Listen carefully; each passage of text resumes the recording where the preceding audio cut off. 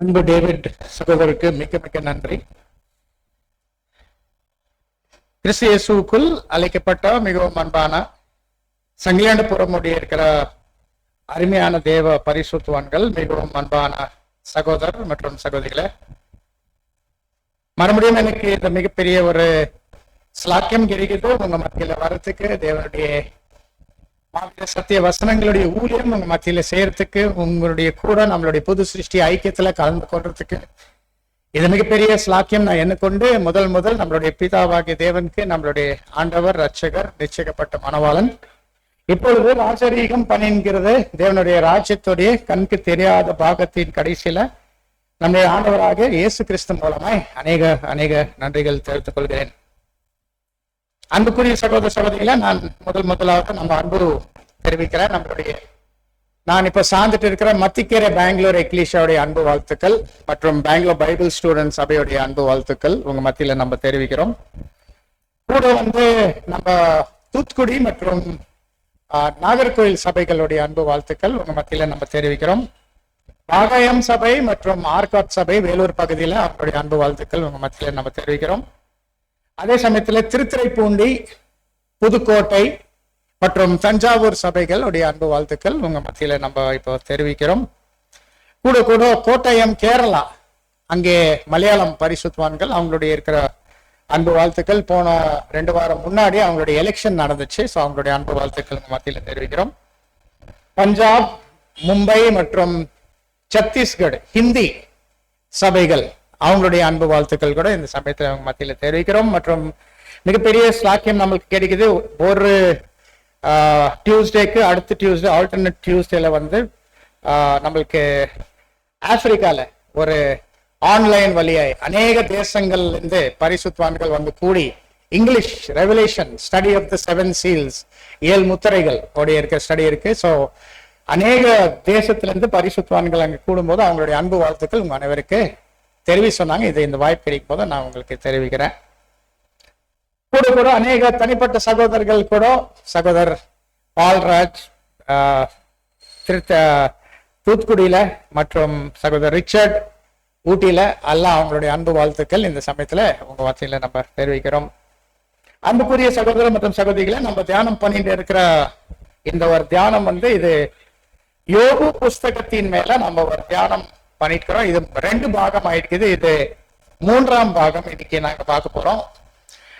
யோபு எப்பேற்பட்ட புத்தகம், ஜோப் வாட் அ புக். இது யார் இப்படி சொல்வார்னா யோபு தான் சொல்வார். உயிர்ப்பிக்கப்பட்ட பிற்பாடு இந்த புத்தகத்தை அவருடைய வாழ்க்கை குறித்து, அவருடைய கேள்விகள் குறித்து தேவன் எழுதி வச்சாரு.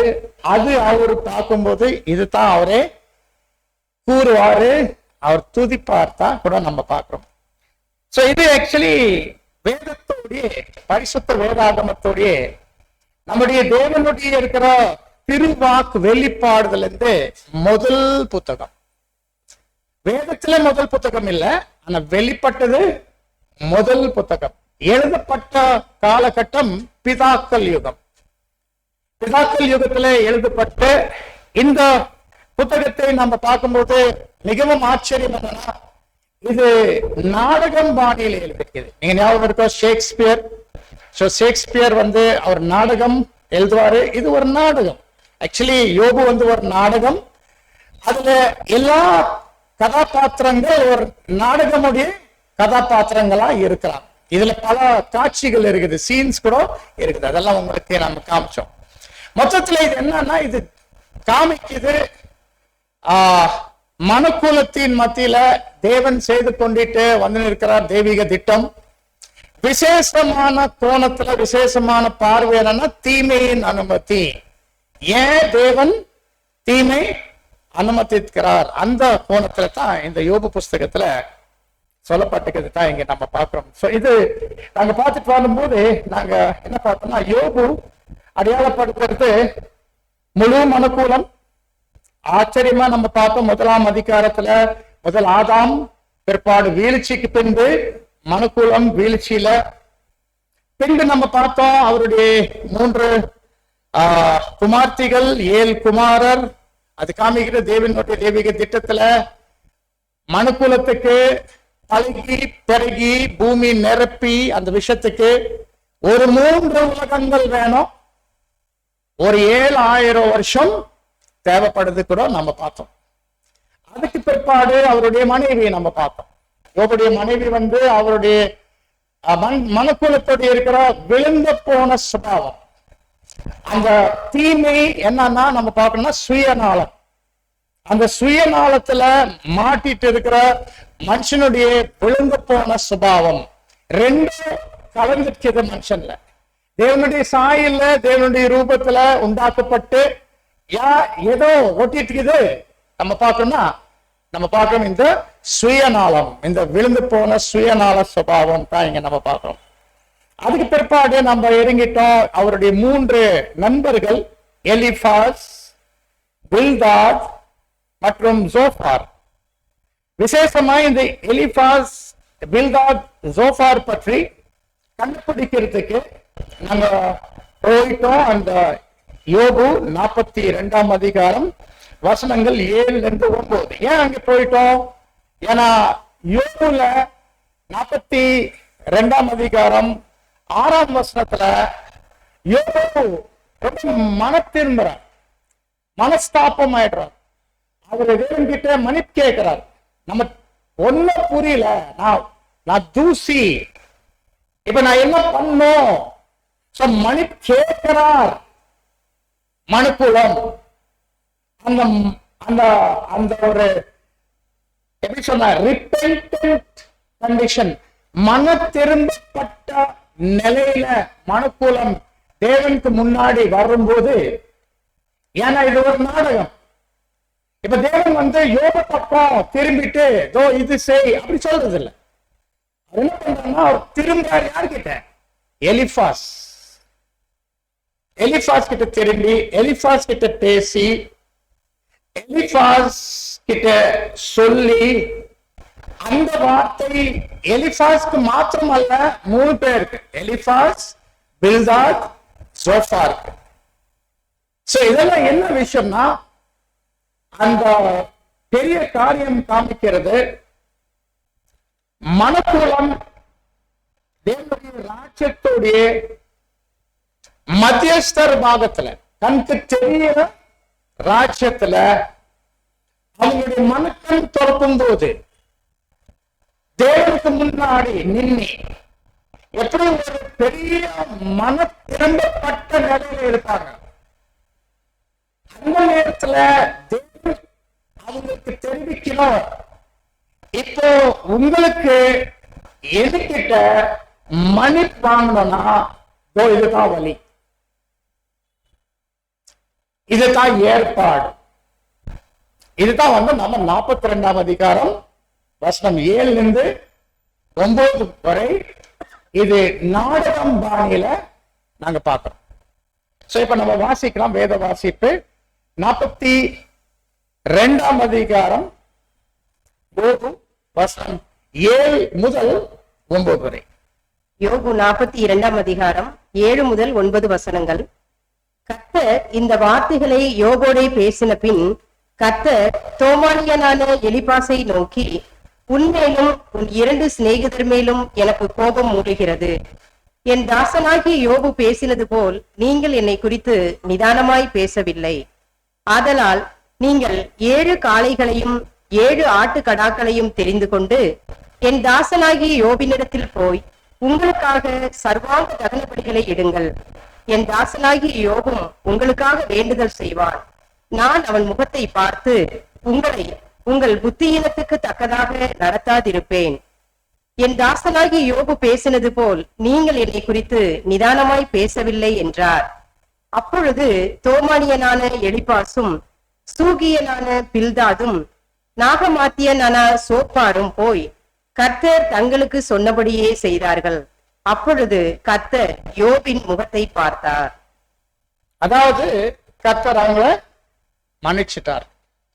இங்க நம்ம பார்க்கும்போது இங்க நாடகம் பாணியில 6ஆம் வசனத்துல யோபு தேவன் கிட்ட அவருடைய மன திரும்புதல் வெளிப்படுறார். வாசிங்க 42:6. யோபு 42 அதிகாரம் 6 வசனம். ஆகையால் நான் என்னை அருவருத்து தூளிலும் சாம்பலிலும் இருந்து மனஸ்தாபப்படுகிறேன் என்றான். முழுசா யோபு மன திரும்புறார். முழுசா யோபுடைய மன திரும்புதல் இங்க காமிக்குது மனிதனுடைய மன திரும்புதல். மனிதனுடைய மன திரும்புதல் வெளிப்படும் போது இப்ப தேவன் நீதியுள்ள தேவன். நீதியுள்ள தேவன் வந்து இந்த மனஸ்தாபமாய் மன திரும்பிட்டு இருக்கிற மனுக்குலத்துக்கு இப்ப அவரை மன்னிச்சிடணும்னா என்ன வேணும், அவங்க என்ன செய்யணும்? அப்ப திரும்புறார் எலிஃபாஸ் கிட்ட. எலிஃபாஸ் கிட்ட பேசும்போது எலிஃபாஸ் பில்தாத் ஜோஃபார் பத்தி பேசுறாரு. இது முழு மனுக்குலம். ஞாபகம், எலிஃபாஸ் நம்ம இப்பதான் பிரதர் சொன்னாரு, இது இஸ்ரேல் தேசம். பில்தாத் கிறிஸ்து மண்டலம். ஜோஃபார் மற்ற புறஜாதி இருக்கிற மனுக்குலம். அதுல முஸ்லிம் அங்க இருக்கிறான். முஸ்லிம் வந்து நீங்க பேச என்ன சொல்லுவாங்க, நாங்க வந்து புத்தகத்தோடைய ஜனங்கள், வேதத்தோடைய ஜனங்கள், பைபிள் ஜனங்கள். Wrong wrong. அது வந்து அவங்களுடைய தவறான புரிதல். அவங்களுடைய தவறான புரிதல். அவங்க வேதத்தோடைய இருக்கிற ஜனங்களே கிடையாது. அது மிகப்பெரிய பொய் அவங்க கிட்ட சொல்லிட்டு இருக்குது. இந்த மாதிரி 4 புத்தகங்கள் இருக்குது, குரான் தான் 4வது, முதல் 3 வேதத்துல. அது பொய். அது குரானுடைய தேவன், வேதத்துடைய தேவனே கிடையாது, கிடையாது. தாழ்மையில சொல்றேன் இந்த விஷயத்தை. இப்போ இந்த 3 பேரு எலிபாஸ், பில்தாத், ஜோஃபார், தேவன் என்ன சொல்றாரு, இப்ப நான் உன்னை மன்னிச்சிடணும்னா, ஏற்றுக்கொள்ளுன்னா நீ இது செய். நீங்க 7 காளை 7 வெள்ளாட்டுக்கடா எடுத்து சர்வாங்க தகன பலி செலுத்து. அப்புறம் என்னுடைய தாசனாகிய யோபு கிட்ட போய் அவர் உங்களுக்காக வேண்டுதல் பண்ணா, நான் அவரை முகத்தை பார்த்து உங்களை மன்னிச்சிடுவேன். என்ன இந்த விஷயம்? இது குறிக்கிறது மனுக்குலத்துடைய பாவ நிவாரண ஏற்பாடு. The great atonement for sin. இது தேவனுடைய பெரிய பாவ நிவாரணக்காக ஏற்பாடு. ஞாபகம் வைக்கணும், நீங்க நாங்க ஒரு பெரிய வாய்ப்பு கூப்பிட்டு நிஜமான பாவ நிவாரண நாள்ல நீங்க நாங்க பாவ காணிக்கைக்கு அழைக்கப்பட்டு இருக்கோம். பாவ காணிக்கை எப்படி? சர்வாங்க தகன பலி. நீ சொல்ல, ஒருத்தர் வந்து நெருப்புல வச்சானா சிச்சுன்னு இருப்பாரா? ஒருத்தர் நெருப்புல இருந்தானா சிரிச்சிட்டு இருப்பாரா? சந்தோஷமா இருப்பாரா? நீயே சொல்ல. நீங்க நாங்க அனுபவிச்சுன்னு இருக்கிற அனுபவங்கள், அது வந்து ஒரு நிரூபணம். நாங்க அந்த பலிப்பீடத்துல எரிக்கொண்டிட்டே இருக்கிறோம். இப்ப இந்த நிஜமான பாவ நிவாரண நாள்ல எப்படி ஒரு நிலவான பாவ நிவாரண நாள்ல இருந்தது இஸ்ரேலுக்கு? ஒரு காளை 2 வெள்ளாட்டுக்கடா. இது அந்த நிழல் கிடையாது, இது நிஜம். நிஜமான பாவ நிவாரண நாள்ல இருக்குது 7 காளை 7 வெள்ளாட்டுக்கடாகள். ஞாபகம், இது நாடகம் பாணியில, அடையாள பாஷையில. காளை எப்பவுமே வேதத்துல குறிக்கிறது ஒரு பரிபூர்ணமான மனுஷன். ஆதாமுடைய சரி நிகரான விலை. ஜீவனுக்கு ஜீவன், பரிபூர்ணமான மாம்சிக்க ஜீவனுக்கு பரிபூர்ணமான மாம்சிக்க ஜீவன். அதனால்தான் காளை அது அடையாளப்படுத்துறது. இங்கே ஏன் காளை அடையாளப்படுத்துறது? கர்த்தராகிய இயேசு கிறிஸ்துடைய தந்த மீட்கும் பொருளுடைய பலி. ransom sacrifice. இங்கே ஏன் வெள்ளாட்டுக்கடா அடையாளப்படுத்துறது? சபை கிடைக்கிறது, பாவ காணிக்கை, sin offering.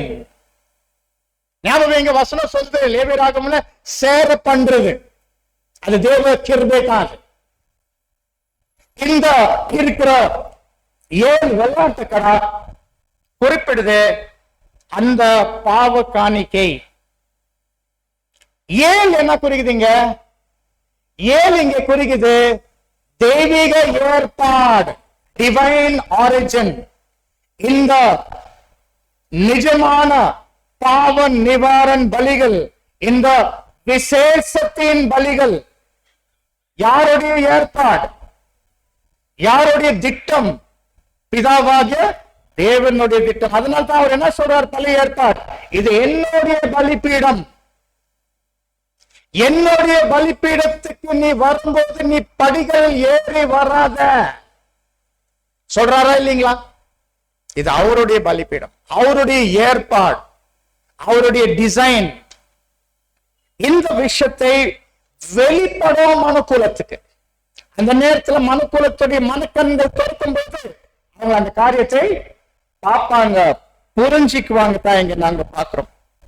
ஞாபகம் இங்க கர்த்தர் இயேசு சரி, சபை சரி, ரெண்டோ தேவனுடைய தேர்ந்தல். வசனத்துல வாசிக்கிறோம் யோவான் 3:16 இயேசு பத்தி. யோவான் 3:16. யோவான் 3ஆம் அதிகாரம் 16ஆம் வசனம். தேவன் தம்முடைய ஒரே பேரான குமாரனை விசுவாசிக்கிறவன் எவனோ அவன் கெட்டு போகாமல் நித்திய ஜீவனை அடையும்படிக்கு அவரை தந்தருளி இவ்வளவாய் உலகத்தில் அன்பு கூர்ந்தார். அவரை தந்தருளி அண்டர்லைன் பண்ண. இதுதான் 7 காளைகள். அவரை தந்தருளி 7 காளைகள் அவர் தான் கொடுத்தார். நெக்ஸ்ட் சபை 7 வெள்ளாட்டுக்கடா வாசிக்கலாம். அது ரோமர் 12ஆம் அதிகாரம் 1ஆம் வசனம்.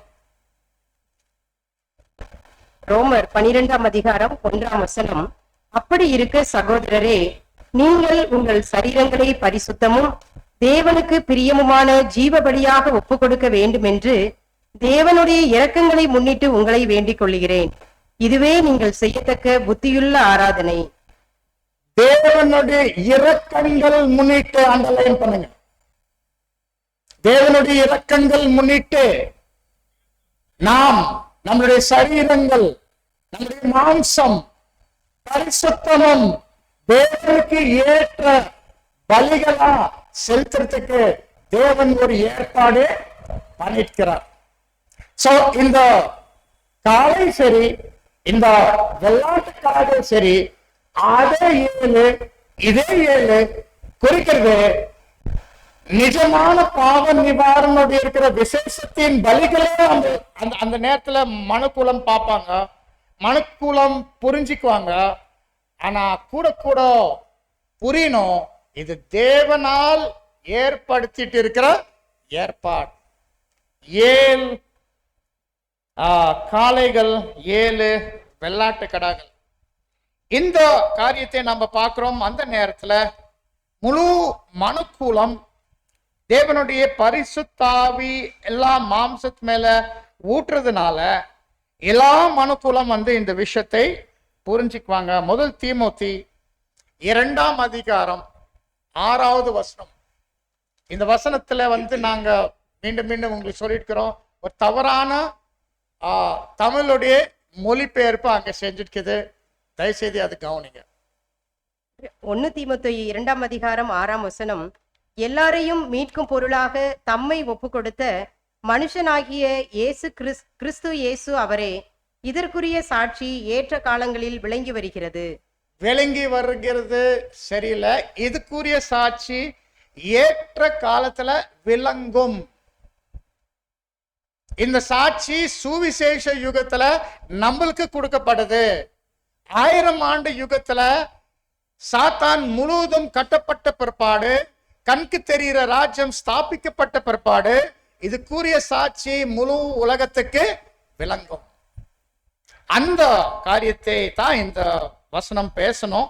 இங்கிலீஷ்ல to be testified in due time இங்கிலீஷ்ல.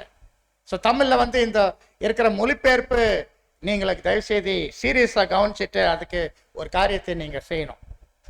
சரிங்க, இப்போ பாருங்க எவ்வளவு ஆச்சரியமான அர்த்தங்கள் இந்த வார்த்தைகளுக்குள்ள இருக்குது. நம்ம பார்க்கிறோம் இங்க யோபு 42 அதிகாரம் 7-9 எவ்வளவு ஆச்சரியமான விஷயம் இங்க நம்ம பார்க்கிறோம். இங்க சொல்லப்பட்டிருக்குது முழு மனக்குலத்தை எப்படி இந்த காரியத்தை அவங்க பார்க்குவாங்க, ஏற்றுக்கொள்வாங்க, எப்படி இந்த காரியத்தை அவங்களுக்கு ஆச்சரியமா இருக்குவாங்க, எப்படி இது மூலமாய் தேவனுக்கு அவர்களுக்கு ஒரு ஒப்புரவாகுதல் வழி தொறுக்க போகுது. ஒரு ஒப்புரவாகுதல், ஒரு ரெக்கன்சிலியேஷன் வழி தொறுக்க போகுது தான் இங்க நாங்க பார்க்கிறோம். சோ இப்போ இந்த காரியத்தை நாங்க பார்த்து புரிஞ்ச பிற்பாடு இப்போ நம்ம என்ன பார்க்கிறோம்னா அதே இருக்கிற 7ஆம் வசனத்துல என்ன விஷயம் பார்க்கிறோம்னா முதல் தேவன் யார் தான் பார்க்கிறார், அதாவது வெறோ தேவன் யார் தான் பார்க்கிறாரு, தேவன் வெறோ பார்க்கிறாரு எலிஃபாஸ்க்கு மட்டும் இந்த விஷயத்தை சொல்றாரு. எலிஃபாஸ் என்ன பண்ணோம், எலிஃபாஸ் மூலமாய் இந்த செய்தி போவோம் பில்தாத் மற்றும் ஜோஃபாருக்கு தான் இங்க நம்ம பார்க்கிறோம். சோ இப்போ இந்த விஷயத்தை இப்படி இருக்கும்போது இந்த இடத்துல நம்ம பார்க்கிறோம் இங்க எலிஃபாஸ் குறிப்பிடுது இஸ்ரேல் தேசம். இஸ்ரேல் தேசம் அந்த நேரத்தில் நம்ம பார்க்கிறோம் அந்த தேசம் இருக்கும் எங்கே புதிய பூமி ஸ்தாபிக்கப்படும். இஸ்ரேல் அந்த நேரத்தில் இருக்கும் அந்த தேசம் எங்க ராஜ்யத்தோடைய புதிய பூமி அங்கே ஸ்தாபிக்கப்படவும். அந்த இருக்கிற இடத்துல நாங்க பார்க்கும்போது எப்படி தேவனுடைய ராஜ்யத்தின் அதிகாரம் வெளிப்படுப்போது, அட்மினிஸ்ட்ரேஷன் வெளிப்படு போகுது. வசனத்துல வாசிக்கலாம். ஜக்கரியா 8ஆம் அதிகாரம் 23ஆம் வசனம். சகரியா 8ஆம் அதிகாரம் 3ஆம் வசனம். 23ஆம் வசனம். 23ஆம் வசனம்.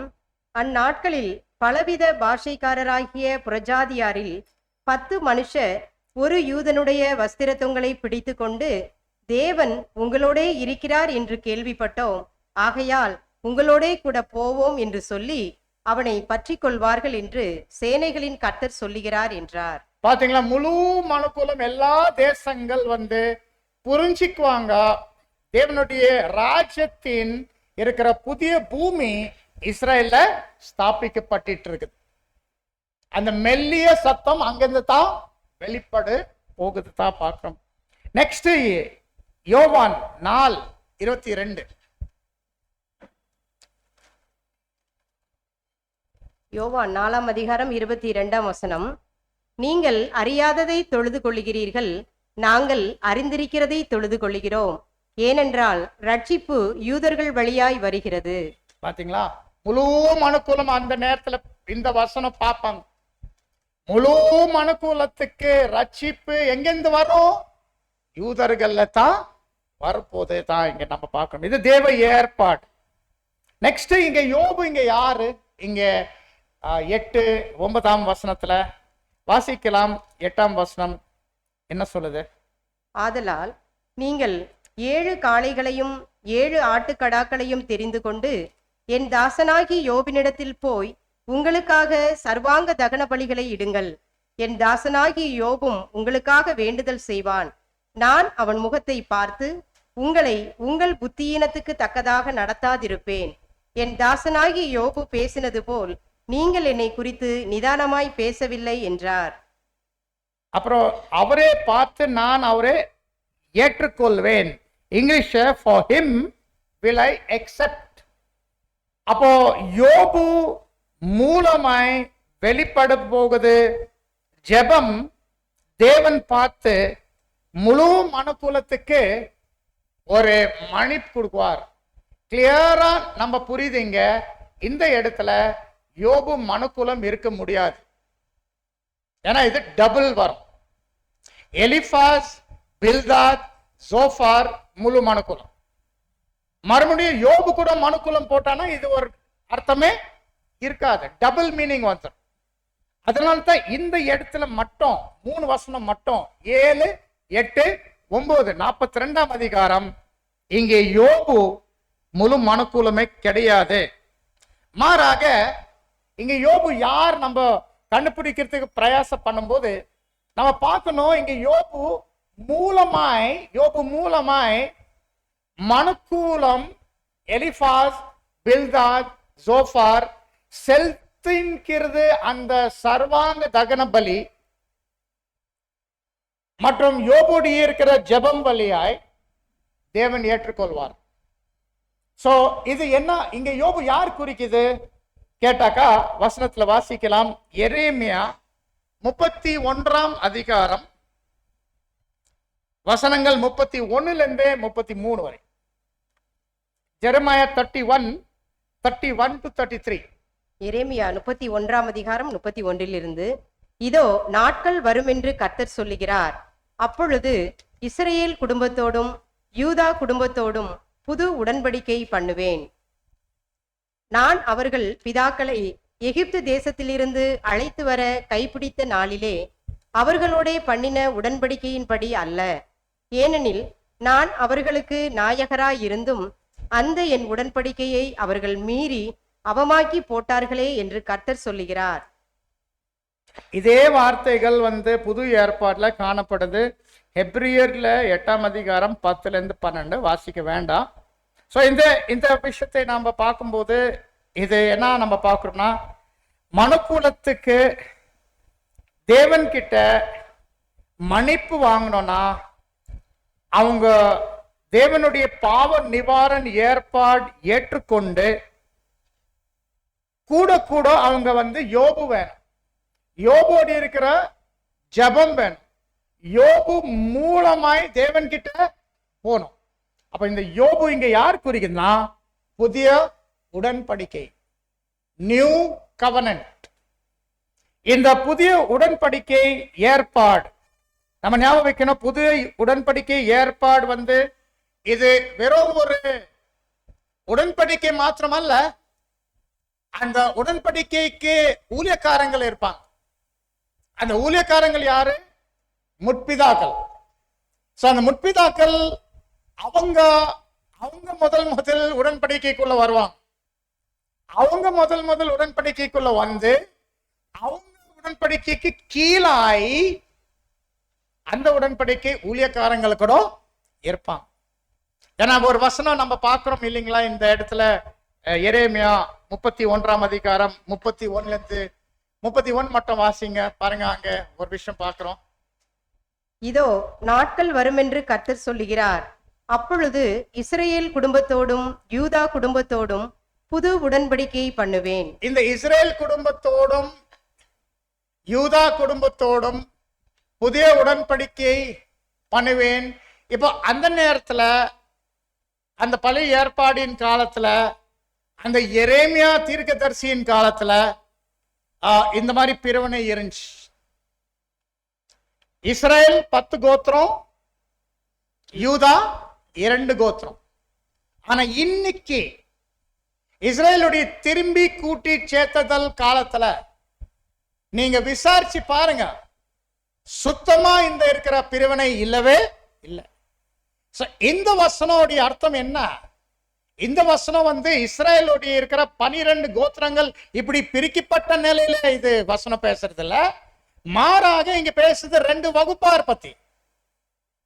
இஸ்ரேல் தேசம், யூதா குறிக்கிறது முற்பிதாக்கள் இஸ்ரேல் தேசத்திலிருந்து பிரிக்கப்பட்ட இருக்கிறாங்க. ஏன்னா இஸ்ரேல் தேசம்க்கு பொதுவான உயிர்த்ததல், இந்த முற்பிதாக்களுக்கு மேல்மையான உயிர்த்ததல். அவங்க 2 ஒன்னா குரூப் பண்ணவே முடியாது, பிரிக்கணும். இங்க இஸ்ரேல் தேசம் கிட்ட உடன்படிக்கை கட்டுவோம், கூட கூட அது உடன்படிக்கை யார்கிட்ட கட்டுவோம்? அதை கட்டுவோம் முற்பிதாக்கள் கிட்ட. இது அடையாள பாஷையில நீங்க வேணும்னா இன்னொரு இடத்துல இது வாசிக்கணும்னா ஏசாயா புஸ்தகம் 19ஆம் அதிகாரம் 22ஆம் வசனம் வாசி. 22, 23. ஏசாயா 19ஆம் அதிகாரம் 22, 23. கர்த்தர் எகிப்தியரை வாதையினால் அடிப்பார், அடித்து குணமாக்குவார். அவர்கள் கர்த்தரிடத்தில் மனம் திரும்புவார்கள். அப்பொழுது அவர்கள் விண்ணப்பத்தை கேட்டு அவர்களை குணமாக்குவார். அக்காலத்திலே எகிப்திலிருந்து அசீரியாவுக்கு போகிற பெரும் பாதை உண்டாயிருக்கும். பாத்தீங்களா? எகிப்திலிருந்து, உலகத்திலிருந்து எங்க போனோம்? இஸ்ரேலுக்கு போனோம். அசிரியா இங்க வந்து குறிக்குது முற்பிதாக்கள். இஸ்ரேலுக்கு போனோம், முற்பிதாக்கள் கிட்ட போனோம். அப்போ நெக்ஸ்ட் கண்டினியூ பண்ணுங்க. அசீரியர் எகிப்துக்கும் எகிப்தியர் அசீரியாவுக்கும் வந்து, இது என்ன அர்த்தம்? பொதுவா குறிக்குது, புதிய உடன்படிக்கை. அசிரியா எகிப்தியர் கூட, எகிப்தியர் அசீரியர் கூட. இந்த எரேமியா 31 2 வகுப்பாறு அந்த புதிய உடன்படிக்கை இருக்கிற ஏற்பாடுக்குள்ளவே இருப்பாங்க. சரி, அன்புக்குரிய சகோதர சகோதரிகளை, இந்த காரியத்தை நம்ம பார்க்கிறோம். வேதத்துல மீண்டும் மீண்டும் காணப்படுது. வசனம் வாசிக்கலாம். எப்படி முழு மனுக்குலம் அந்த ராஜ்யத்தின் நேரத்துல எப்படி வந்து அவங்க தேவன் கிட்ட மன்னிப்பு கேட்க வரும்போது எப்படி அந்த காரியத்துக்காக அவங்க இஸ்ரேலுக்கு வரணும். இஸ்ரேலுடைய இன்னொரு பேர் என்ன தெரியுமா? அந்த வேதத்துல அதிகமான இடத்துல எருசலேம். எருசலேமுடைய அர்த்தம் வந்து இஸ்ரேல் நகரம் இல்ல, மொத்த இஸ்ரேல் தான் எருசலேம். வசனம் வாசிக்கலாம் அந்த விஷயத்தை. ஏசாயா 2ஆம் அதிகாரம் 2 மற்றும் 3 வசனங்கள். ஏசாயா 2ஆம் அதிகாரம் 2 மற்றும் 3 வசனங்கள். கடைசி நாட்களில் கர்த்தருடைய ஆலயமாகிய பர்வதங்களின் கொடுமுடியில் ஸ்தாபிக்கப்பட்டு மலைகளுக்கு மேலாய் உயர்த்தப்படும். எல்லா ஜாதிகளும் அதற்குள் ஓடி வருவார்கள். இதுக்கு பேர் வந்து கண்க்கு தெரிகிற ராஜ்யம். இதுக்கு பேர் வந்து மெல்லிய சத்தம் வெளிப்படுற நேரம். வாசிங்க. திரளான ஜனங்கள் புறப்பட்டு வந்து, நாம் கர்த்தரின் பர்வதத்துக்கும் யாக்கோப்பின் தேவனுடைய ஆலயத்துக்கும் போவோம் வாருங்கள். அவர் தமது வழிகளை நமக்கு போதிப்பார், நாம் அவர் பாதைகளில் நடப்போம் என்பார்கள். ஏனெனில் சீயோனில் இருந்து வேதமும் புதிய வானம், எருசலேமில் இருந்து கர்த்தரின் வசனமும் வெளிப்படும். புதிய பூமி. இது தயவுசெய்து நகரம் நினைக்காதீங்க, இது நகரம் கிடையாது. எருசலேம் குறிக்குது இஸ்ரேல் தேசம். இஸ்ரேல் தேசத்திலிருந்து புறப்படும் தேவனுடைய வார்த்தை. ராஜ்யத்தின் வழிநடத்துதல், ராஜ்யத்தின் அதிகாரம் அங்கத்திலிருந்து தான் வெளிப்பட போகுது. இஸ்ரேல் தேசத்திலிருந்து தான் இங்க நம்ம பார்க்கிறோம். இப்போ அன்புக்குரிய சகோதர சகோதரிகளை, மறுபடியும் இந்த விஷயத்தை நீங்க வாசிக்க வேண்டாம். இப்பதான் நம்ம வாசித்தோம் அந்த வசனம். ஜக்கரியா 8ஆம் அதிகாரம் 23ஆம் வசனத்துல நம்ம பார்த்தோம். எப்படி ஒட்டுமொத்த மனுக்குலம் 10 மனுஷர்கள் ஒரு யூதனுடைய வஸ்திரத்தை தொங்கத்தை பிடிச்சி அவங்க அறிக்கை பண்ணுவாங்க, நான் கேள்விப்பட்டோம் தேவன் உன் கூடவே இருக்கிறோம், நான் உன் கூடவே வருகிறேன். இந்த விஷயம் வந்து என்ன காமிக்கிறதுனா, இந்த தேவ ஏற்பாடு, ராஜ்யத்தின் ஏற்பாடு, அந்த புதிய வானம் புதிய பூமி ஏற்பாடு, விசேஷமாய் அந்த புதிய உடன்படிக்கையின் ஏற்பாடு, இது வெளிப்படும் அந்த நேரத்துல. அது ஜனங்களுக்கு அது வெளிப்படும் போது அவங்க அதை ஏற்றுக்கொள்றதுக்கு மனதா இருப்பாங்க தான் இங்க நம்ம பார்க்கிறோம். இந்த விஷயத்தை பாருங்க, எவ்வளவு ஆச்சரியமா இந்த காரியத்தை சொல்லப்பட்டிருக்குது. யோபு புஸ்தகத்துல 42ஆம் அதிகாரம் வசனங்கள் 7, 8, 9 மாத்திரம் யோபு குறிக்குது வேற அர்த்தம். மீது எல்லா புஸ்தகத்துல யோபு குறிக்குது மனுக்குலம். 42ஆம் அதிகாரம் 6ஆம் வசனம் வரை யோபு, 42ஆம் அதிகாரம் 8ல இருந்து கடைசி வரைக்கும், 10ல இருந்து கடைசி வரைக்கும் மறுபடியும் யோபு குறிக்குது மனுக்குலம். வெறும் இந்த 7, 8, 9 மாத்திரம் இது புதிய உடன்படிக்கை. இந்த விஷயத்தை நம்மளுக்கு புரிஞ்சுக்கிறதுக்கு எப்படி வந்துச்சுன்னா, அது கூட நான் சொல்லணும், அறிக்கை சொல்லணும். மியான்மர்ல இருக்கிற நாங் சோ பரிசுத்வான் வந்து பல வருஷம் முன்னாடி வந்து எனக்கிட்ட ஒரு இமெயில் போட்டு இது கேள்வி கேட்டாரு. அந்த வழியாய் தான் இந்த விஷயத்தை வெளிப்பட்டது. இந்த யோபு புஸ்தகம் எழுதுறது கூட காரியத்தை அது பின்பு வெளிப்பட்டது. இப்போ அன்புக்குரிய சகோதர சகோதரிகளை, இந்த விஷயத்தை நாம பார்த்துட்டோம். வசனங்கள் 7 இருந்து 9. இந்த இடத்துல வந்து ஏன் ஏன் இந்த இடத்துல வந்து யோபு இப்படி ஒரு புதிய உடன்படிக்கை குறிக்கணும்? ஒரு கேள்வி உங்களுக்குள்ள இருக்கும் இல்லைங்களா? ஏன் இங்க யோபுடைய நம்ம பார்க்கிறோம் கதாபாத்திரன் கேரக்டரைசேஷன், அந்த கேரக்டரைசேஷன் கொடுக்கும்போது ஏன் இந்த இடத்துல யோபு இப்படி வேற அர்த்தத்துல வெளிப்படுது? எதுக்காக? எனக்கு நம்ம என்ன பார்க்கிறோம்னா, அன்புக்குரிய சகோதர சகோதரிகளே, இந்த இருக்கிற முழு யோபு புத்தகம் இது எதனால உருவாக்கப்பட்டது? யோபு தான் கேட்டார் இந்த புத்தகம். வசனத்துல வாசிக்கலாம், யோபு 31:35.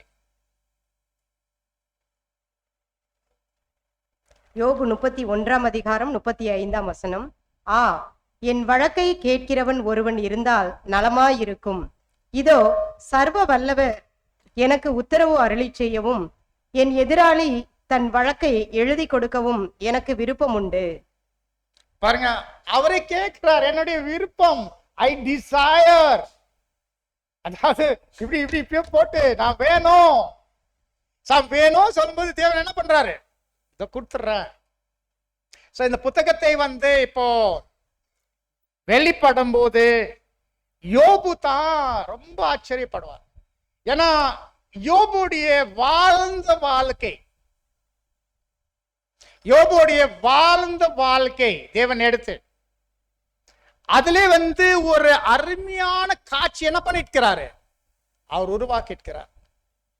இந்த காரியத்தை வந்து நம்ம பார்க்கும்போது விசேஷமாய் யோபுடைய புலம்பல், அவருடைய தீமை அனுபவம் குறித்து எப்படி தேவன் வந்து இந்த பதில் கொடுத்திருக்கிறாரு, எப்படி பிதாவாகிய தேவன் வந்து அவருடைய வாழ்க்கையில இது விஷயத்தை வழி நடத்திட்டாரு, இதெல்லாம் காரியங்கள் வந்து நம்ம பார்க்கும்போது இந்த வசனங்கள் 7-9 ஏன் யோபுடைய இருக்கிற அர்த்தம் மாறுது?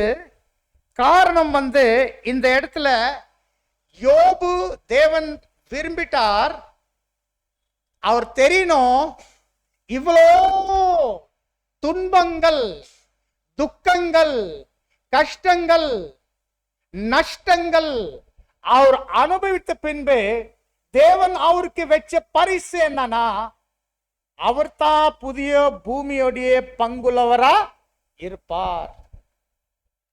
He will be part of the new earth. அவரே ஒரு முற்பிதாவே இருப்பார். இந்த விஷயத்தை தேவன் அவருக்கு தெரிவிக்கிறார். இந்த நாடகம் பாணியில வசனம் 7, 8, 9 நினைச்சு பாருங்க.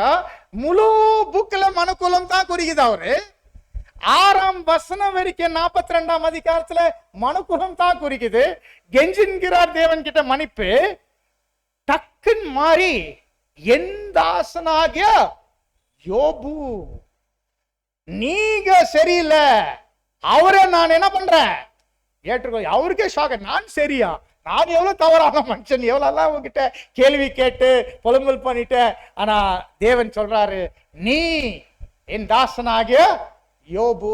இந்த இடத்துல வந்து தேவன் தெரிவிக்கிறாரு யோபு அவருடைய இருக்கிற பரிசு, அவருடைய ரிவார்ட், அவர் எப்படி வந்து நம்ம பார்க்கிறோம் தேவன் ஏற்றுக்கொண்டார். அவருடைய விசுவாசம் மேற்கொண்டது. இந்த எல்லா உபத்திரவத்துல, எல்லா எதிர்ப்புல, எல்லா நஷ்டங்கள் கஷ்டங்கள் மத்தியில அவருடைய விசுவாசம் மேற்கொண்டது. தேவன் அவருடைய விசுவாசமே ஏற்றுக்கொண்டார். அவர் ஒரு மேற்கொள்றவர் எண்ணப்பட்டார். இதுதான் விஷயத்தை இங்க நாங்க பார்க்கிறோம். இந்த இடத்துல என் தாசனாகிய யோபு, என் தாசனாகிய யோபு கிட்ட நீ போ, என் தாசனாகிய யோபு உங்களுக்காக ஜெபம் பண்ணுவாரு, அப்போ அவரே முகத்தை பார்த்து நான் ஏற்றுக்கொள்வேன். பின்பு கடைசியில கர்த்தர் யோபு ஏற்றுக்கொண்டார். இதெல்லாம் விஷயங்கள் பாருங்க, இங்கிலீஷ்ல 4 times 4 இடத்துல வந்து என் தாசனாகிய யோபு வருது. வசனம் 7-9 வரை. அன்புக்குரிய சகோதர சகோதரிகளே, இந்த யோபு போறது நம்ம பார்க்கிறோம். அந்த பூமி எங்கும் பிரபுக்கள், சோ இந்த விஷயத்தை இந்த புத்தகத்துல தேவன் இந்த ஒரு அருமையான டிசைன் பண்ணிட்டு யோபுக்காக வச்சிருக்கிறார். யோபு இவ்வளவு தூரம் அவர் புக்ல அந்த புத்தகத்துல அவர் மனுக்குலம் தான் குறிக்கும். அநேக விதமான சம்பவங்கள் நடக்கிறது, பேச்சுவார்த்தை நடக்கிறது, விஷயங்கள். ஆனா கடைசியில ஒரு 3 வசனத்துல தேவன் காமிக்கிறார் அவருக்கு எப்படி தேவன் அவரே அங்கீகரிச்சிட்டார். அவர் ஆயிட்டார் தேவனுடைய தாசனாகிய யோபு. சோ இந்த விஷயத்தை தான் இங்க நாங்க பார்க்கிறோம். அன்புக்குரிய சகோதரர் மற்றும் சகோதரிகளை, இந்த விஷயம் நம்ம ஞாபகம் வைக்கணும். புதிய உடன்படிக்கை ஸ்தாபிக்கப்பட்ட பிற்பாடு புதிய உடன்படிக்கைக்கு பூமியில இருக்கிற கண்ணுக்கு தெரிகிற ஊழியக்காரங்கள் யார் இருக்க போறாங்கன்னா இந்த முற்பிதாக்கள் தான் இருக்க போறாங்க. சரி, இப்போ நம்ம வாசித்தோம் இவ்வளோ காரியங்கள் எலிஃபாஸ், பில்தாத், ஜோஃபார் பற்றி. இப்ப நமக்கு போற ஒரு புதிய வினோதமான கதாபாத்திரன். இந்த வினோதமான கதாபாத்திரன் நம்ம பார்க்க போறோம். ஆனா ஞாபகம் வைங்க, ஒரு நோட் பண்ண உங்க நோட்ஸ்ல யோபு 42ஆம் அதிகாரம் வசனம் 10-17 மறுபடியும் யோபு குறிக்கிறது மனுக்குலம். அடுத்த கதாபாத்திரம் பேர் எலிஹூ. இந்த அடுத்த கதாபாத்திரம் எலிஹூ அவருடைய பற்றி நாம எங்கே வாசிக்கிறோம்னா, அவருடைய பத்தி நம்ம வாசிக்கிறோம் இந்த புத்தகத்துடைய கடைசியில. இந்த 37 அதிகாரங்கள் ஏதோ அடையாளப்படுத்துறது 6000 வருஷம் தீமையுடைய அனுமதி காலத்துல அவர் வராரு, அவர் காணாம அவர் வராரு, அவரு காணாம இந்த இருக்கிற எலிஹூ, இந்த எலிஹூ நம்ம பார்க்கும்போது புத்தகத்தின் கடைசியில அவர் பத்தி எதுவுமே சொல்றது இல்ல. அது மட்டும் இல்ல, இந்த எலிஹூ நீங்க பார்த்தாக்கா அவர் இந்த 3 நண்பர்களுடைய இருக்கிற கணக்குல கூட இல்லை. எலிஃபாஸ், பில்தாத், ஜோஃபார் அவங்களுடைய கூட கணக்குல கூட இல்ல. இந்த எலிஹூ பற்றி நம்ம வாசிக்கிறோம், நம்ம பார்க்கிறோம். அன்புக்குரிய சகோதர சகோதரிகளை, 32ஆம் அதிகாரம் ஆரம்பத்திலிருந்து 1ஆம் வசனத்திலிருந்து முதல் கொண்டு 37ஆம் அதிகாரம் கடைசி வரை எலிஹூ காணப்படுது. இப்ப யார் எலிஹூ? எலிஹூ பத்தி வசனம் வாசிக்கலாம். எலிஹூ பத்தி யோபு 32ஆம் அதிகாரம், நான் நினைக்கிறேன் 1ஆம் வசனமா 2ஆம் வசனமா? எலிஹூ பராக்கேலின் குமாரன், எந்த வசனம் சிஸ்டர்? 37 1 2 37ஆம் அதிகாரம் 2ஆம் வசனம். அதனால் ராமின் வம்சத்தானான பூசியனாகிய பரகியேலின் குமாரன் எலிகூவுக்கு கோபம் உண்டது. இப்ப பாருங்க, இவர் பேர் என்னன்னா, நம்ம இந்தியால ரொம்ப பெரிய பிரச்சனை இன்னைக்கு ராம் தான். இந்த ஸ்ரீராம், ராம் சேனை, ஜெய் ஸ்ரீராம். நம்ம தமிழ்நாட்டில் அவ்வளோ வேதனை இல்லை, தமிழ்நாட்டில் அவ்வளோ உங்களுக்கு பிரச்சனை இல்லை. நம்ம ஹிந்தி பரிசுத்தவான்கள் சத்தீஸ்கர்ல ரொம்ப அவங்களுக்கு பிரச்சனை. அதே மாதிரி பஞ்சாப்ல, மும்பைல அப்படி ரோட்ல நிக்க வச்சுட்டு சொல்லுவாங்க, சொல்லு, என்ன சொல்லணும்? ஜெய் ஸ்ரீராம் சொல்லு, வைராகியமா சொல்லு. அப்போ என்கிட்ட கேட்டாங்க, பிரதர் என்ன பிரதர் இது, என்ன பண்ணோம், நம்மளுக்கு ரொம்ப பயம். அப்ப நான் அவங்கக்கிட்ட இந்த யோபு புஸ்தகத்தை வச்சு காமிச்சேன். ராம் குறிக்குது புது சிருஷ்டி. ராம், ஏன்னா இந்த எலிஹூ ராமின் வம்சத்தார். ராம் குறிக்குது மிகுந்த உயர்த்தப்பட்ட புது சிருஷ்டி. நான் சொன்னேன், நெக்ஸ்ட் டைம் அவங்கள நிக்க வச்சேன்னா சத்தமா கத்து, ஜெய் ஸ்ரீராம். அவங்களுக்கு தெரியல உங்க இருதயத்துல எந்த ராம். நீ ஜெய் ஸ்ரீராம் சொல்லிக்கிற. அவங்க நினைச்சுக்கிற ராம் அவங்களுக்கு ஒரு கட்டபொம்மை. உண்மையான ராம் வந்து புதிய சிருஷ்டி. கத்து சொல்லு, அவங்கள புரிஞ்சுக்கணும். பைபிள்ல ஒரு ராம் இருக்குது, அதுதான் உலகத்துடைய கிறிஸ்து, புதிய சிருஷ்டி. ராம் வம்சத்தார் பராக்கேலின் குமாரர் எலிஹு. யார் இந்த எலிஹு? புதிய சிருஷ்டி. மனிதன் ஜாதியிலிருந்து தேவன் உருவாக்குறார் ஒரு புதிய சிருஷ்டி. இந்த புதிய சிருஷ்டி தான் இங்கே எலிஹு. இந்த புதிய சிருஷ்டி இயேசு கிறிஸ்துவிலிருந்து முதல் கொண்டு மீதி எல்லாம் அவருடைய சரீர அங்கங்களுக்காக ஆகிறதுக்கு அபிஷேகம் பண்ணப்பட்ட வகுப்பார் கிறிஸ்துவா இருக்கிறாங்க. இது எலிஹு குறிக்கிறது அந்த மனுக்குள். ஆக்சுவலி இங்கே வந்து இயேசு வரதில்லை இந்த கணக்குல. நான் கரெக்ஷன் பண்ணோம். ஏன்னா விழுந்து போன மனுஷ ஜாதியிலிருந்து முழு மனுக்குலத்திலிருந்து ஒவ்வொரு ஜாதியிலிருந்து ஒவ்வொரு தேசத்திலிருந்து ஒவ்வொரு பாஷையிலிருந்து ஒவ்வொரு கோத்திரத்திலிருந்து இந்த வகுப்பார் அவங்க தேவன் அழைக்கிறார், உருவாக்குறார். நல்ல பாருங்க இந்த வார்த்தைகளுடைய அர்த்தங்கள். எலிஹு, அவருடைய அப்பா பேர் பரக்கேல், அவருடைய வம்சம் ராம். இப்போ முதலாவது எலிஹு. எல் தேவன், ஈஹு அவர் என்னுடைய தேவன், அவர் என்னுடைய தேவன். L E who, he is my God. L E who, he is my God. பரக்கேலின் குமாரர். பராக்கா. யார் யார் இங்க பெண்டிகா சபையில இருந்து வந்துக்கிறீங்க உங்களுக்கு நல்லா தெரியும். பராக்காவுடைய அர்த்தம், பராக்காவுடைய அர்த்தம் வந்து ஆசீர்வாதம். பராக்கா எல், தேவன் ஆசீர்வதிக்கிறார்.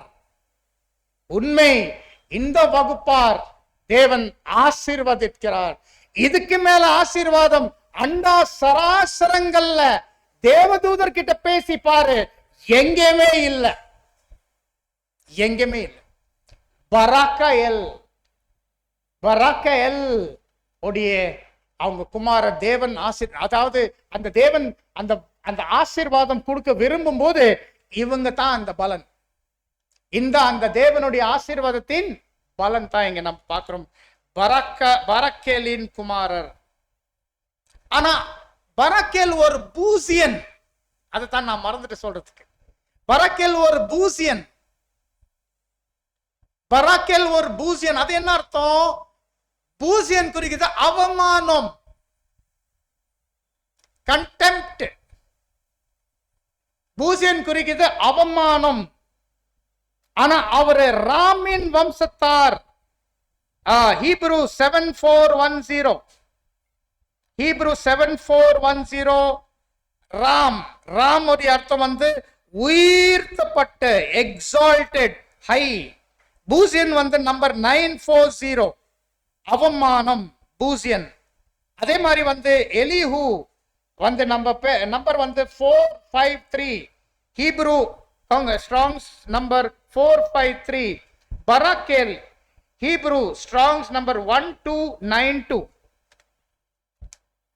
சோ இப்போ பாருங்க, எலிஹு பராக்கேலின் குமாரர், அவர் ஒரு பூசியன், ராம் வம்சத்தார்.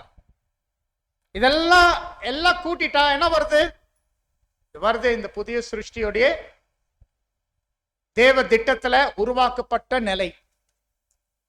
இந்த காரியத்தை புதிய சிருஷ்டி தான் நம்ம பார்க்கிறோம் குறிக்குது. வசனத்துல வாசிக்கலாம். அந்த புதிய சிருஷ்டியுடைய ஆச்சரியமான வசனம் ஏதோ தாழ்மையில நான் நினைக்கிறேன் தமிழ்ல அது இன்னும் பெட்டர் டிரான்ஸ்லேட் பண்ணா நல்லா இருக்கும். யோவான் 1:12. யோவான் 1:12 அவருடைய நாமத்தின் மேல் விசுவாசம் உள்ளவர்களாய் அவரை ஏற்றுக்கொண்டவர்கள் எத்தனை பேர்களோ அத்தனை பேர்களும் தேவனுடைய பிள்ளைகளாகும்படி அவர்களுக்கு அதிகாரம் கொடுத்தார். சப்பையா இருக்குது, சப்பையா இருக்குது. தேவனுடைய பிள்ளைகள் எல்லாரும் இருக்கிறாங்க. ஆதாம தேவனுடைய பிள்ளை, இஸ்ரேல் ஜனங்கள் தேவனுடைய பிள்ளை. இங்கிலீஷ்ல beautiful, the sons of God, the sons of God. இப்ப நீங்க தமிழ்ல சொல்லுங்க, அது என்ன வார்த்தை போடும்? ஸ்பெஷல், தேவனுடைய விசேஷத்தின் குமாரர் ஆகிறதுக்கு அழைக்கப்பட்டு இருந்தாங்க. தேவனுடைய விசேஷத்தின் குமாரர். ஏன்னா பரலோகத்துல ஆண் பெண்ணே இல்ல, the sons of God அந்த மாதிரி அர்த்தம் வரணும். ஆனா அது தமிழ்ல அப்படி வரல. சோ இப்போ இந்த காரியத்தை அன்புக்குரிய சகோதர சகோதரிகளே, புதிய சிருஷ்டி எப்படி சுவிசேஷ யுக காலத்துல கர்த்தராகிய இயேசு கிறிஸ்து வழியாய் கிடைக்குது இந்த பரம அழைப்பு, தேவனுடைய தெய்வீக சுபாவத்துக்கு ஜீவனுக்கு அழைப்பு. ஆனால் இப்போ இந்த மாம்சத்துல அவங்கள இந்த புது சிருஷ்டி உருவாக்குதல்ல நடந்துட்டு இருக்கும்போது இந்த உலகத்துல அவங்கள ஒரு அவமான அனுபவங்கள் அனுபவிக்க வேண்டும். ஏனெனில் இந்த உலகம் இன்னைக்கு இருள்ல இருக்கிறாங்க, அந்த காலத்துல இருக்கிறாங்க. இந்த வெளிச்சத்தை அவங்க கண்டுபிடிக்கிறதே இல்ல. இன்னும் சொல்லி போனாக்கா இந்த வெளிச்சத்தை அவங்களுக்கு அந்த காரமா தெரியும். இந்த வெளிச்சத்தை அவங்களுக்கு அந்த காரமா தெரியுதா இங்க நம்ம பார்க்கிறோம். இது காரியத்தை நாங்க வாசிக்கிறோம். ஏசாயா 5:20.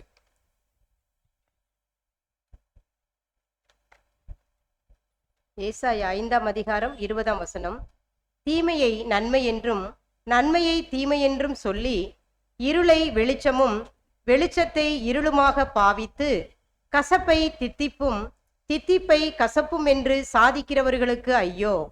சோ இங்க இந்த மாதிரி சூழ்நிலையின் மத்தியில இந்த பரிசுத்த தேவன் ஓடிய இருக்கிற வார்த்தை மூலமாய் ஜனப்பிக்கப்பட்ட இந்த வகுப்பார் இவங்க இந்த உலகத்துல ஒரு தீமையான அனுபவம் வாங்குவாங்க, அவமானமான அனுபவம் வாங்குவாங்க. முதல் பேதுரு 5:6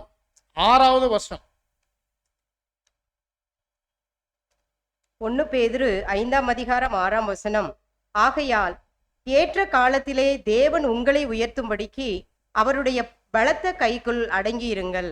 அப்போ இந்த அனுபவம் நாம எப்படி அனுபவிக்கணும்னா, இந்த மாம்சத்துல இருக்கிற வரைக்கும் அவருடைய பலத்த கை கீழே நம்ம அடங்கிட்டே இருக்கணும், ஒப்பு கொடுக்கணும். உயர்த்தப்படுற நிலை இப்போ இல்ல, மாம்சத்துல இல்ல, மாறாக திரைக்கு அந்த பக்கமா காணப்படுத்த பார்க்கிறோம். சரி, இப்போ இந்த வார்த்தைகள்ல இருந்து நாங்க உங்களுக்கு காமிச்சோம். எலிஹூ குறிக்குது புதிய சிருஷ்டி.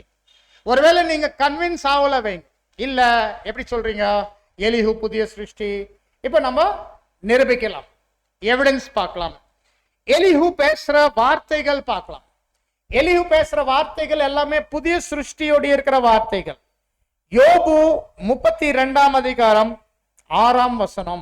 யோபு 32:6. ஆதலால் பரகேலின் குமாரன் எலிஹூ என்னும் பூசியன் பிரதியுத்தரமாக, நான் இளவயதுள்ளவன், நீங்களோ விருத்தாப்பியர். ஆகையால் நான் அஞ்சி என் அபிப்பிராயத்தை உங்களுக்கு முன்பாக வெளிப்படுத்த பயந்திருந்தேன். நான் இளவயதுள்ளவர்கள். இன்னைக்கு பேசலாம். நம்ம 2025 இப்ப இருக்கிறோம். உலகத்துடைய எண்ணிக்கை எவ்வளோ? 8 கோடியா ஆயிடுச்சா? 800? ஆமா, 8 கோடி சொல்லிருக்க, 800 கோடி. இப்ப 800 கோடியில இந்த வகுப்பார் எத்தனை பேர் இருக்கிறாங்க தெரியுங்களா? அதிகமா 18,000 20,000. அதிகமா மிஞ்சி பேசி. இப்ப நீங்களா அந்த பிராக்ஷன் பார்த்து சொல்லுங்க, எவ்வளோ? 20,000 800 கோடிக்கு எவ்வளவு பர்சன்டேஜ்? 1%க்குள்ளவே 0.00 சம்திங் இருக்கும். நீங்க செக் பண்ணி, மேத்தமேட்டிக்ஸ் யாருக்கு நல்லா தெரியும், நீங்க செக் பண்ணி பார்க்கலாம். இது ஒரு பார்வை. இப்போ மனுக்குலத்தின் மத்தியில கிறிஸ்து மண்டலம் எவ்வளவு பேரு? மூன்றுல ஒரு பங்கு சொல்லலாமா? சோ அப்போ இந்த 800 கோடியில அட்லீஸ்ட் ஒரு 500 கோடி இல்லாட்டி 400 கோடி 450 கோடி சாரி, மூணுல ஒரு பங்கு மன்னிக்கணும். அப்போ ஒரு 250 கோடி கிறிஸ்து மண்டலம் ஜனங்கள் இருந்தானா இந்த 20,000 என்ன கணக்கு? அப்போ மறுபடியும் இது கூட பாயிண்ட் சம்திங் தான். இது ஒரு இன்னொரு பார்வை. மூணாவது பார்வை வந்து முழு சுவிசேஷ யுக காலத்துல எவ்வளவு பேர் ஜீவிச்சிருக்காங்க மனுக்குலத்துல. ஒருவேளை அந்த கணக்கை நீங்க எடுத்தானா அது கூட நீங்க என்ன பாக்குவீங்கன்னா, நீங்க பாக்குவீங்க 1,44,000 பிளஸ் ஒரு திரளான கூட்டம். அந்த திரளான கூட்டம் நீ என்ன வேணா கணக்கு கொடுங்க, அந்த கணக்கு பார்க்கலும் பார்த்தாக்கா மறுபடியும் அது 0.0 தான் இருக்கும். இப்ப நம்மள சொல்றோம் ஒரு 3,000 கோடி கணக்கு 2,500 கோடியில இருந்து 3,000 கோடி கணக்கு இருக்கும் இந்த முழு ஆதாமின் சந்ததி. இப்ப அந்த அவ்வளவு பெரிய கணக்குல நான் நினைக்கிறேன் அட்லீஸ்ட் ஒரு 3/2 பங்கு சுவிசேஷ யுகத்திலிருந்து தான் வாழ்ந்துட்டு இருந்தாங்க. ஏன்னா அதுக்கு முன்னாடி அவங்க கணக்கு கம்மி தான் இருந்துட்டு. இப்போ இந்த இருக்கிற 3,000 கோடியில ஒரு 2,000 கோடி ஜனங்கள் ஜீவிச்சிருப்பாங்க இந்த சுவிசேஷ யுக காலம். அந்த 2,000 கோடி இருக்கிற ஜனங்கள்ல நீங்க இந்த கணக்கு மறுபடியும் மேத்தமேட்டிக்ஸ் வகையில பார்த்தாக்க கூட நான் கம்மி வயது உள்ளவன் தான் அதுதான் அர்த்தம் குறிக்குது. புது சிருஷ்டியோட இருக்கிற எண்ணிக்கை ரொம்ப ரொம்ப ரொம்ப சரியா இருக்குது. நெக்ஸ்ட் பேசுறாரு எலிஹு, யோபு 32ஆம் அதிகாரம் 18-19. யோபு 32ஆம் அதிகாரம் 18-19 வசனங்கள். வார்த்தைகள் எனக்குள் நிறைந்திருக்கிறது, என் உள்ளத்தில் உள்ள ஆவி என்னை நெருக்கி ஏவுகிறது. இதோ என் உள்ளம் அடைக்கப்பட்டிருந்தது.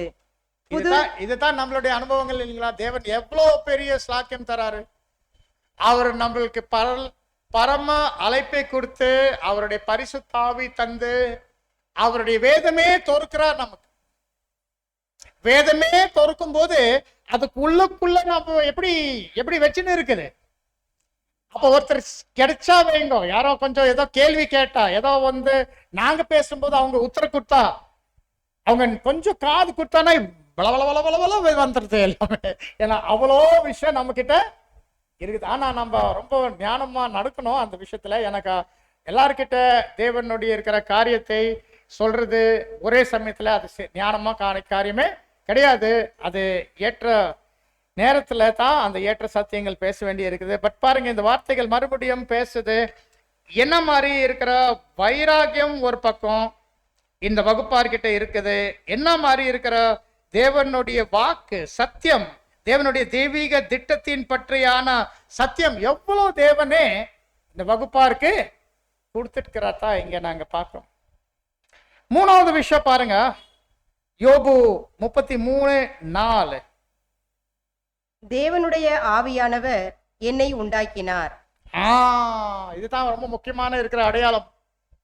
தேவனுடைய ஆவியானவர் என்னை உண்டாக்கினார். எப்படி புது சிருஷ்டி உண்டாக்குது? யாக்கோப் 1:18. யாக்கோப் 1:18 எப்படி புது சிருஷ்டி உண்டாக்குது? யாக்கோப் 1:18. யாக்கோப்பு 1ஆம் அதிகாரம் 18ஆம் வசனம். அவர் சித்தம் கொண்டு தம்முடைய சிருஷ்டிகளில் நாம் முதற் பலன்களாகுவதற்கு நம்மை சத்திய வசனத்தினாலே ஜெனிப்பித்தார். அது எப்படி வாசிக்கலாம்? அது இன்னொரு வகையில எப்படி வாசிக்க? அவருடைய சத்திய ஆவினால் நம்மளை ஜனிப்பித்தார். அவருடைய சத்திய ஆவினால் நம்மளை ஜனிப்பித்தார். இந்த காரியத்தை பேசுது எப்படி தேவன் இந்த வகுப்பார் அவருடைய சத்திய ஆவியில அவரை ஜனிப்பிக்கிறதா இங்க நாங்க பாக்குறோம். இது கூட அடுத்து வாசிங்க, யோபு 33:6. இதோ உம்மை போல் நானும் தேவனால் உண்டானவன், நானும் மண்ணினால் உருவாக்கப்பட்டவன். நான் கூட ஒரு மனுஷனா இருந்தோம், இப்போ எனக்கு இந்த பொக்கிஷத்தை மண்பாண்டத்துல பெற்றிட்டு இருக்கிறோம். இந்த காரியத்தை பாருங்க, ஒரு பக்கம் தேவனுடைய பரிசுத்த ஆவியில நான் ஜனப்பித்தேன், உண்டாக்கிட்டேன். இன்னொரு பக்கம் நான் எப்படி இருக்கிறோம்? உங்க போல நானு மாம்சத்துல உண்டாக்கிட்டு இருக்கிறோம். இந்த காரியத்தை பேசுது அந்த புது சிருஷ்டியோடைய இருக்கிற நிலை. அந்த புது சிருஷ்டி தேவன் இப்போ எப்படி ஒரு ஒரு பரலோக சிந்தை உண்டாக்கி அது செயல்படணும் ஒரு மாம்சிக சரீரத்துக்குள்ள. சோ இது சில வார்த்தைகள்ல இருந்து நம்ம நிரூபிக்கிறோம் இந்த எலிஹூ புதிய சிருஷ்டி தான். இப்ப என்ன பார்க்கிறோம்? இப்போ நான் இந்த 32ஆம் அதிகாரத்துல இருந்து எலிஹூ பேசுறார் யோபு கிட்ட பேசும்போது அவரு போதிக்கிறார், நிறைய போதனைகள் போதிக்கிறார். இப்ப என்னெல்லாம் போதனைகள் போதிக்கிறார் நம்ம பார்க்கலாம். அந்த போதனையிலிருந்து நம்ம கண்டுபிடிக்கலாம் இது வேற யார் இல்ல, இதுதான் புதிய சிருஷ்டி. வாசிக்கலாம் அந்த போதனைகள் என்னெல்லாம் அவர் போதிக்கிறார். யோபு 33:14. யோபு 33ஆம் அதிகாரம் 14ஆம் வசனம். தேவன் ஒரு விசை சொல்லியிருக்கிற காரியத்தை இரண்டாம் விசை பார்த்து திருத்துகிறவர் அல்லவே. சோ இங்க பேசுறது தேவனுடைய தெய்வீக திட்டத்துல அந்த முதல் 2 உலகங்கள் எங்க தீமை அனுமதிக்கிறார். முதலாம் உலகம், இரண்டாம் உலகம், ரெண்டும் வேற வேற ஏற்பாடுகள். முதலாம் உலகத்துல தேவதூதருக்கு அனுமதி தேவன் கொடுத்தார், விழுந்து போன தேவதூதர்கள் ஆயிட்டாங்க. இரண்டாம் உலகத்துடைய இருக்கிற விஷயத்தை பார்க்கிறோம். இதுல 3 யுகங்கள் இருக்குது. பிதாக்கள் யுகம், யூதர் யுகம், சுவிசேஷ யுகம். இந்த காரியத்தை நம்ம பார்க்கும்போது இது பேசுது தேவன் ஓடிய இருக்கிற திட்டத்துல அது முதல் 2 உலகங்கள், 2 டிஸ்பென்சேஷன்ஸ். யோபு 33ஆம் அதிகாரம் 23ஆம் வசனம். 33ஆம் அதிகாரம் 23ஆம் வசனம். 1000-ல் ஒருவனாகிய சாமசி பண்ணுகிற தூதனானவர் மனுஷனுக்கு தம்முடைய நிதானத்தை அறிவிக்கும்படிக்கு அவனுக்கு அனுசாரியா இருந்தாரே ஆகில். இந்த வசனம் திருப்பி வாசிங்க. ஆக்சுவலி இந்த இடத்துல நம்ம பார்க்கிறோம் விழுந்து போன மனுக்குலத்துக்கு பரலோகத்திலிருந்து ஒரு ரட்சகர், பரலோகத்திலிருந்து ஒரு ரட்சகர். அந்த காரியத்தை பத்தி இங்க பேசுது. அந்த பரலோகத்தின் ரட்சகர் அவரு பத்தி என்ன சொல்லுது? வாசிங்க சிஸ்டர் திருப்பி 33:23. 1000-ல் ஒருவராகிய சாமாசி பண்ணுகிற தூதனானவர். 1000-ல் ஒருவராக என்ன அர்த்தம்? இப்ப நம்ம நம்ம பசங்க சொல்லுவோம் அவர் 1000-ல் ஒருவராக, மிக விசேஷமாய் அப்படி பேசுவோம். பட் இது 1000-ல் ஒருவராக என்ன அர்த்தம்? யூதர் யுகத்தின் காலத்துல பரலோகம் இருக்கிற அடையாளம் எங்கே இருந்துச்சு?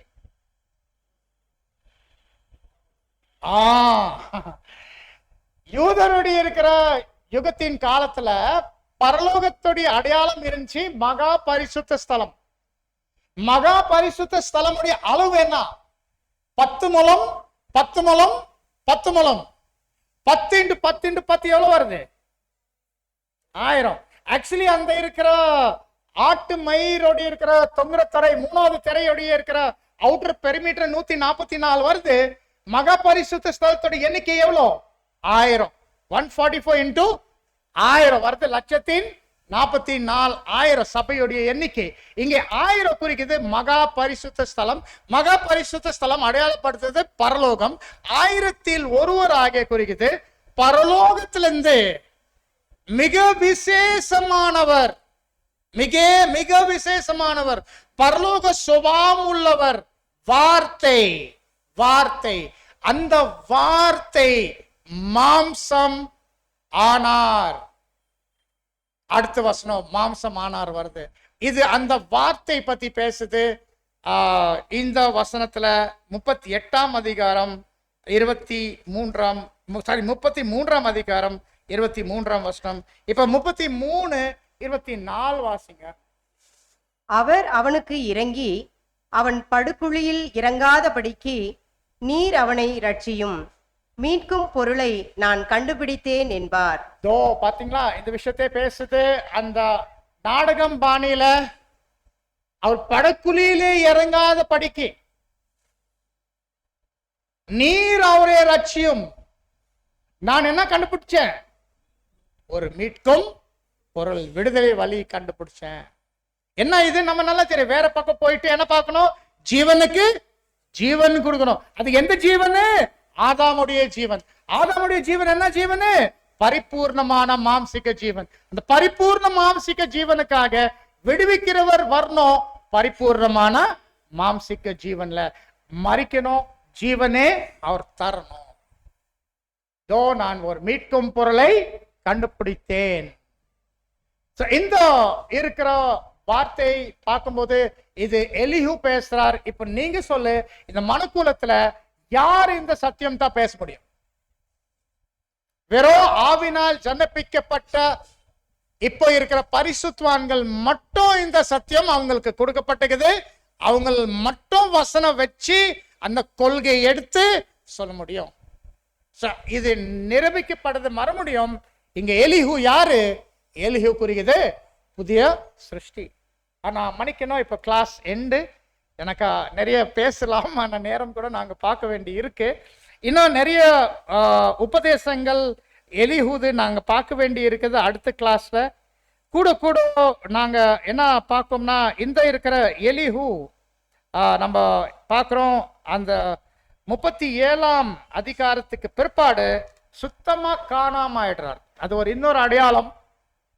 ஏன்னா நீங்க ஞாபகம் இருக்கும், நாள் இருக்கிற ஆறுகள்ல, ஏதன் தோட்டத்திலிருந்து வெளியே வந்த 4 ஆறுகள்ல பைசோன் கீஹோன் இன்னைக்கு உலகத்துல இல்ல. ஒரு காலமா இருந்தது, பயன் இருந்தது, இப்ப இல்ல. ஏன்னா அது புது சிருஷ்டிக்கு இருக்குது. பைசோன் கீஹோன் தான் இங்க நம்ம பார்க்கிறோம். ஸோ இந்த காரியத்தை நம்ம ஞாபகத்துல வைக்கலாம். நம்ம அடுத்த தடவை பார்க்கலாம்.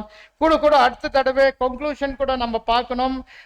யோபுக்கு மறுபடியும் அவருக்கு இந்த அனுபவத்துக்கு பிற்பாடு 7 குமாரர் மறுபடியும் கிடைக்குது. மறுபடியும் 3 குமார்த்தி கிடைக்குது. 3 குமாரிகளுக்கு பேர் குறிக்கப்பட்டிருக்குது. அதெல்லாம் விஷயங்களை நம்ம பார்க்க வேண்டி இருக்கிற அன்புக்குரிய சகோதர சகோதரிகளை, இன்னைக்கு தேவன் தந்த இந்த மாபெரும் வாய்ப்புக்கு தேவனுக்கு நம்ம தாழ்மையில நன்றி தெரிவிக்கிற. தேவன் தாமே உங்க அனைவரும் இந்த தியானத்தின் வழியாய் உங்க ஆசீர்வதிப்பராக. மற்றும் சங்கிலியாண்டபுரம் சபையுடைய சபையார் மற்றும் மூப்பர்கள் என தந்த இந்த மாபெரும் வாய்ப்புக்காக தாழ்மையில நன்றி தெரிவிக்கிறேன். ஆமென்.